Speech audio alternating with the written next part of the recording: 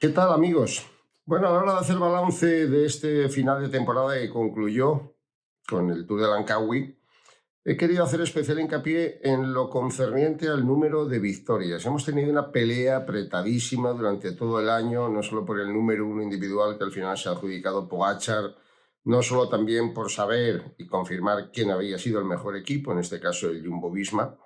pero tal vez no se ha hecho tanto hincapié en lo concerniente a las victorias logradas por cada uno de los equipos y en las diferentes pruebas del calendario ciclista internacional. Y aquí la pelea ha sido tremenda hasta el final. No digo que sea una clasificación tampoco especialmente relevante, pero todo nos sirve, ¿no?, para valorar lo que ha sido la temporada. Ha sido una pelea tremenda entre el Jumbo, entre el UAE y el Quick-Step. No en vano son, digamos, que los equipos más poderosos, ¿no?, con representación válida en todas y cada una de las carreras, en las grandes clásicas, en fin, en el calendario al completo, ¿no? Y es curioso porque al final casi se podría decir que ha habido un triple empate técnico, aunque la ventaja ha sido definitivamente para el equipo Jumbo. Ha sido el mejor equipo de la temporada y es el equipo que más victorias ha conseguido. Me explico muy rápidamente. Jumbo ha logrado, estamos hablando de las pruebas en las que compiten algunos equipos, por lo menos del World Tour, Jumbo ha conseguido 48 victorias, las mismas que UAE y una más que el equipo del Quick-Step. A estas alturas, es decir, al término del año y a la hora de hacer balance de la temporada, durante todos estos últimos años el equipo de Lefebvre, el Quick-Step, había sido con mucho el equipo más galardonado. Ganaba con una autoridad manifiesta el que conseguía el mayor número de victorias. Pero este año las cosas han cambiado un poco, en parte porque sí se ha producido un poco la maldición del maillot arcoíris de Julien Alaphilippe, que nos habíamos olvidado el año pasado porque hizo una temporada fantástica, ¿no? Pero bueno, el hecho de que Evenepoel haya puesto sus miras en una gran vuelta, el hecho de que algunos hombres como Asgreen y compañía no hayan estado a la altura de las circunstancias, o fundamentalmente, yo haría especial hincapié en esto, que otros equipos como Jumbo y UAE han fortalecido considerablemente sus plantillas, han ampliado sus horizontes y sus objetivos y han puesto el foco en ganar carreras, más allá del Tour o más allá de las grandes vueltas o de las grandes clásicas, en ganar carreras, en competir en todas y en cada una de las carreras que se disputan, y eso lo hemos estado viendo a lo largo de todo el año. Y esa ha sido la razón fundamental de que Quick-Step por primera vez en estas temporadas no sea el mejor equipo, el más laureado, para decirlo de una manera más concreta, sino el equipo Jumbo. Han empatado a 48 victorias el Jumbo y el UAE, y digo que es un empate técnico, pero que en realidad el primer puesto le corresponde claramente al Jumbo, porque han sido 24 las victorias que ha conseguido de carreras catalogadas como de World Tour, con especial mención de ese jovencísimo corredor de 21 años, Olaf Koig, que ha sido el más galardonado, el que más victorias consiguió de la temporada, 12 triunfos por delante de Van Aert con 9 y de Vingegaard con 7. Es verdad que no ha conseguido, salvo en el Tour de Polonia, ninguna victoria relevante, solo un triunfo de World Tour, pero no es menos cierto que es el hombre que viene, no sé si a tomar el testigo, que todavía son muy jóvenes, sino a competir cara a cara con sus compatriotas, ¿no?, con Fabio Jakobsen o con Dylan Groenewegen, ¿no? Olaf Koig, 12 triunfos, el corredor más galardonado, que por otro lado, ya veremos cuándo, puede generar el pequeño problema Jumbo de ver si lo puede alinear en las grandes vueltas en las que intenten competir también por las victorias absolutas, que ese es un hándicap de las grandes escuadras que cuentan con un líder que quiere llevar a todos sus corredores de gregarios y que no acepta tan fácilmente la presencia de un velocista que pueda condicionar un poco el rendimiento del equipo, ¿no? Pero bueno, eso vendrá más adelante, porque con 21 años Koig es sin duda alguna un corredor para largo recorrido y ya iremos viendo temporada a temporada.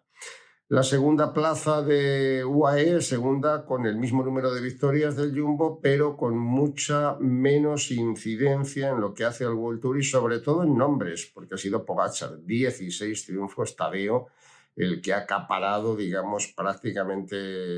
el foco de todas las victorias del equipo de UAE, porque el segundo clasificado ha sido Mark Hirschi, con solo 4 triunfos. Han ganado hasta 15 corredores del equipo del UAE a lo largo de esta temporada. Lo de Pogačar ha sido una cosa excepcional, un hombre que, repitiendo lo que hizo ya el año pasado, ¿no?, empieza la temporada ganando el Tour de UAE y la termina ganando el Lombardía. Es verdad que en esta ocasión alguien le podrá poner un poco la pega de que no ha ganado el Tour de Francia. Claro, no se puede ser sublime sin interrupción, ni exitoso a tiempo completo, pero hace unas temporadas fantásticas. Inició el triunfo en Strade Bianche, consiguió también la victoria en el Tirreno Adriático, terminó el año ganando las 3 carreras, ¿no? En Canadá, en Quebec, ganando en los 3 valles valesinos, ganando, en fin, Lombardía. 16 triunfos, conviene recordar que ha sido el número 1 del año pese a no ganar el Tour, lo que tiene mucho mérito, y que además de ser el corredor que más victorias parciales ha conseguido, ha sido el número 1 de la temporada. Y eso puede haber discusión porque ya cada uno con los baremos con los que quiera más o menos manejarse a la hora de elegir al mejor ciclista, pero que el más completo y el que ha terminado de principio a final la temporada en el podio ni en la victoria ha sido Pogačar, ¿no? Y la tercera posición es para el Quick-Step. En el Quick-Step, obviamente, Remco Evenepoel es la referencia fundamental de un equipo que ha logrado 47 victorias, una menos que sus rivales. Remco Evenepoel, con 15 victorias, ha superado en 2 a Fabio Jacobsen. Han sido las 2 referencias fundamentales de un equipo que posiblemente hubiera estado mucho más arriba en el caso de que Julian Alaphilippe hubiera podido completar una temporada sin tantas adversidades. Bueno, se da también la circunstancia de que contabilizamos las victorias de los equipos que no exactamente de los corredores, porque si contabilizamos las victorias de los corredores que no han corrido con sus equipos, hagamos ese detalle, tendríamos que ponerle 2 triunfos más al Quick-Step. ¿Por qué? Porque no se le contabilizan las victorias logradas por Remco Evenepoel en su condición de campeón del mundo, ni por Fabio Jacobsen en su condición de campeón de Europa. Esos 2 triunfos se le privan, como también se le privarían, entre comillas, al equipo del Jumbo, que alcanzaría igualmente las 49 victorias en ese caso, en el de ponerle a Tobias Foss su victoria en el Campeonato del Mundo contrarreloj, con gran sorpresa por otra parte. Pero esos son triunfos logrados en la temporada sin competir con su equipo. Y al no competir con su equipo no se pueden contabilizar dentro de las victorias de equipo y sí en el concepto particular de las victorias logradas por cada uno de los corredores. Bueno, con esto llegamos a la conclusión elemental de que han sido 3 los equipos más poderosos porque, bueno, fundamentalmente así lo dice la plantilla, no tanto el poder económico, que también, porque ahí tendríamos que incluir a Ineos, que es el 4º mejor equipo del año y que posiblemente no ha cubierto las expectativas, y no tanto en lo que hace a las aspiraciones de ganar una gran vuelta, ¿no?, sino en lo que hace lo de los triunfos parciales. Se ha quedado con 39, un poquito lejos, ¿no?, teniendo precisamente a Pipo Gana como el corredor más laureado con 6 victorias y a Richard Carapaz con 5. A ver, estamos hablando de 2 corredores que tampoco han alcanzado el objetivo ideal, ¿no? Porque ni Pipo Gana ha conseguido grandes victorias, las 6 victorias contra el reloj, eso sí, el récord mundial de la hora, ni Carapaz ha podido estar, digamos, tan arriba como se esperaba, pero evidentemente con 3 victorias fantásticas en la Vuelta Ciclista a España y con un rendimiento muy notable, pero que no le han dado, ¿no?, a Ineos para alcanzar ese nivel acorde con su plantilla, no obstante el 4º mejor equipo del año por delante del Alpecin, que digamos que es la gran sorpresa, porque Alpecin es un equipo de segunda división que ha conseguido el ascenso, que ha estado entre los mejores de todo el año, pero que también ha sumado victorias por doquier a pesar de que no ha sido el mejor año de Van der Poel. Busquemos ahí la referencia de Jasper Philipsen, su velocista, que ha conseguido 9 triunfos por delante de los 5 de Van der Poel y de los 5 también de Tim Merlier, el corredor que la próxima temporada ocupará espacio dentro de la estructura del Quick-Step. Son, sin duda alguna, los equipos más referenciales, aunque bueno, por ahí podríamos hacer, y creo que lo merece especial mención del Lotto, uno de los equipos que ha perdido la categoría. El Lotto ha sido el 7º mejor equipo del año. Es verdad que no ha ganado grandes carreras del World Tour, solo ha conseguido 2 triunfos en ese sentido. Es verdad que se ha apoyado en 2 velocistas como Arnaud Delis con 9 victorias y con Caleb Ewan, pero también ha descubierto a este joven corredor belga. Bueno, lo ha confirmado. Un velocista, si hablábamos de Koig, lo mismo podemos decir, en cierto modo, de Arnaud Delis, porque es bueno, pues el otro cohete, ¿no?, que le espera al ciclismo belga para estar ahí siempre donde ha figurado, con los mejores velocistas junto a los neerlandeses del mundo, ¿no? Y bueno, pues los demás han podido cumplir, mejor o peor, las expectativas que habían generado, pero alguno ha terminado más o menos en su sitio. Me estoy refiriendo a Movistar. Movistar solo ha conseguido una victoria de World Tour, a cargo de Carlos Verona, precisamente en el Dauphiné, en el Criterium del Dauphiné, pero sin embargo ha conseguido salvar bastante el panorama tan oscuro que se presentaba no hace tiempo. 19 son las victorias que ha conseguido el equipo de Movistar. Si tenemos en cuenta las 48 de Jumbo o de UAE, son pocas. Si tenemos en cuenta que un equipo como Astana, con corredores importantes, solo ha conseguido 5, pues podríamos decir que está un poco en el nivel que le corresponde, ¿no? Lo más curioso del equipo Movistar es que lo ha hecho casi todo a final de temporada y que fundamentalmente ha ganado en el extranjero, porque empezó la temporada ganando en España, en la clase, la Challenge de Mallorca, con Alejandro Valverde, en o Gran Camino, recordemos la victoria parcial y la victoria absoluta de Alejandro Valverde, con Iván Sosa, que al final ha sido el corredor que más victorias, 4 ha conseguido para la escuadra telefónica. Sosa, que ganó también su etapa y su clasificación general de la Vuelta a Asturias. Pero a partir de ahí, que fue cuando aparecieron las señales de alerta y de alarma en el equipo porque podía perder la categoría, se fueron sucediendo permanentemente victorias en el extranjero. Victorias que inició Carlos Verona, precisamente decíamos en el Dauphiné, Oyer Lazcano, ganando el Gran Premio de Valonia, Antonio Pedrero, que consiguió igualmente la victoria en el Tour de Line, Aramburu Alex, con triunfo parcial y clasificación absoluta del Tour de Limousin en Francia,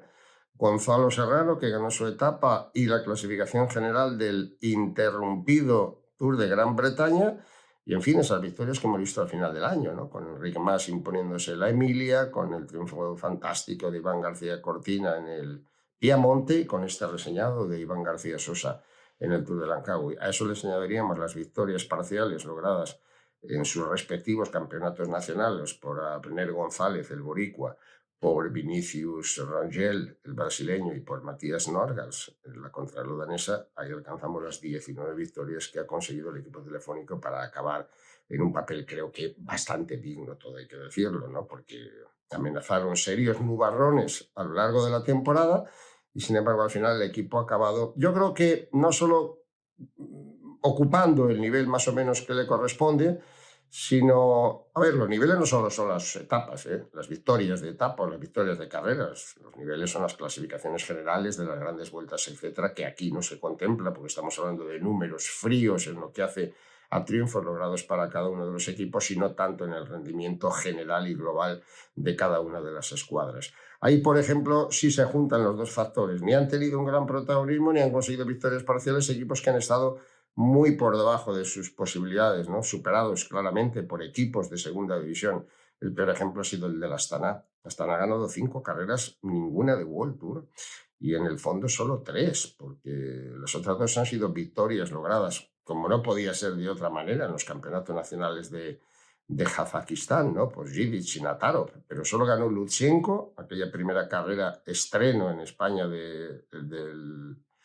Jaén, del Paraíso Interior, y luego la victoria de Miguel Ángel López en el Tour de los Alpes y el muy reciente triunfo de ese magnífico velocista que es Ivica en el Tour de Langkawi. Es decir, un panorama y un balance muy pobre. También podría hablarse de balance pobre en cuanto a victorias, no tanto en rendimientos en carreras del equipo de Education First, ¿no? Que incorporará a Richard Carapaz y a Piccolo y compañía la próxima temporada. Pero este año,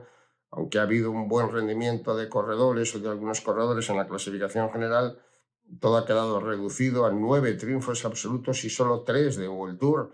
con Rigurán ganando en la Vuelta a España, con Magnus Cort y con Biseguer, a quien también hay que... Biseguer ganó la prueba de UAE y hay que apuntarle una victoria al suizo en el Campeonato de Europa contrarreloj. No lo olvidemos, aunque no cuenta en este caso para la formación. Bueno,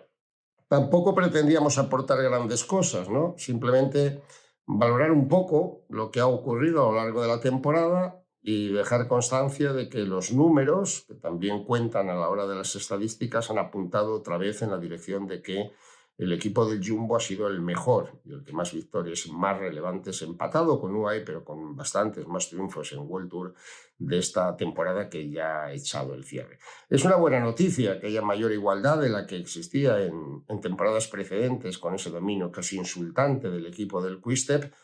pero no consigue borrar la preocupación que al menos parte de algunos aficionados tenemos en este mundo del ciclismo con la prevalencia, con la supremacía enorme en el aspecto económico de determinados escuadrones que son, y no puede ser casualidad, precisamente los que están ocupando los primeros puestos de la clasificación del ranking de equipos y los primeros puestos de la clasificación de las victorias parciales. En fin, he lo quedado así el año y así lo firmamos, con la pretensión o la esperanza o la ilusión de que el próximo año las fuerzas estén un poquito más igualados y haya más material, más éxitos para repartir entre todos.